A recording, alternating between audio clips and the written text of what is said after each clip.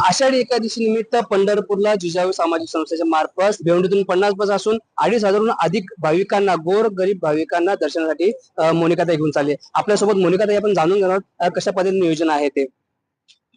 ताई, काय सांगाल कशा पद्धतीने आपण नियोजन केलेलं आहे आणि किती भाविक पंढरपूर घेऊन चालले? आम्ही सालाबाद प्रमाणे यावर्षी जिजाऊ शैक्षणिक सामाजिक संस्थेने माननीय सांबळे साहेबांनी स्वखर्चाने पंढरपूरची वारी घडवलेली आहे.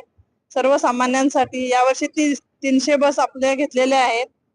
सर्व भाविक आपल्याच 5 जिल्ह्यांमधले आहेत आणि नियोजन तिथे गेल्यानंतर राहणं, खाणं, पिणं सगळ्या प्रकारचं तिथे राहण्याची व्यवस्था असते. पुन्हा घरी येण्याची व्यवस्था असते. जसं घेऊन जातात तसंच आपण घरपोच आणूनही शकतो.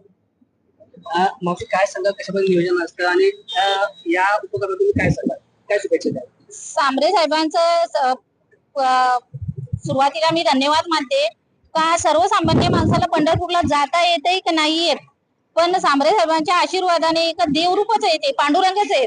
कारण पांडुरंगाच्या कृपेनेच आपण पंढरपुरात जाऊ शकतो. आणि आज सांबरे साहेबांनी 15,000 लोकसंख्या तिथे घेऊन चालले.